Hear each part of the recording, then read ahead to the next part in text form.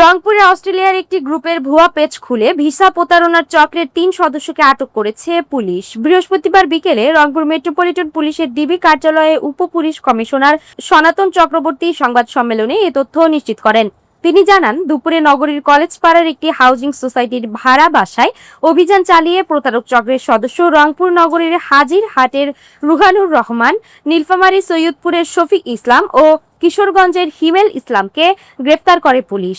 এ সময় তাদের কাছে থাকা 10টি বাংলাদেশি ও 2টি অস্ট্রেলিয়ান ভুয়া পাসপোর্ট, ভুয়া অফার লেটার, ভিসা ডকুমেন্ট, অর্থ আদায়ের রসিদ, ভুয়া বিমানের টিকিট সহ প্রতারণার বিভিন্ন সরঞ্জামাদি উদ্ধার করা হয়।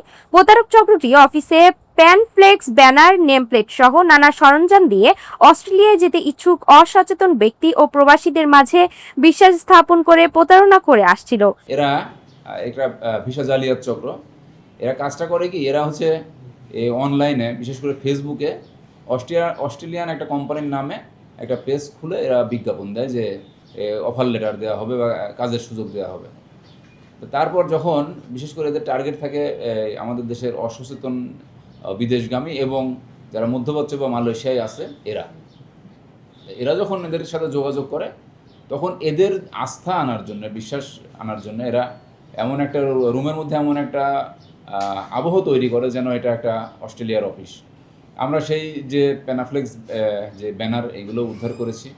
উদ্ধার করার পরে দেখতে পেলাম যে সেখানে অস্ট্রেলিয়ান একটা কোম্পানি আছে কোস্টা গ্রুপ, সেই কোস্টা গ্রুপের লোগো ব্যবহার করে তারা পিছনে লাগায়।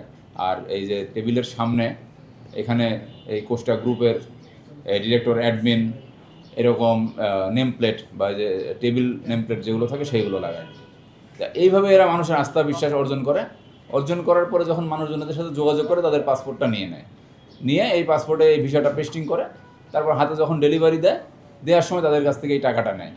তারপর এদেরকে ভিসার বিভিন্ন প্রসেসিংয়ের যে কাগজপত্র সেগুলোও দেওয়া হয়, এমনকি বিমানের টিকিট পর্যন্ত দেওয়া হয়।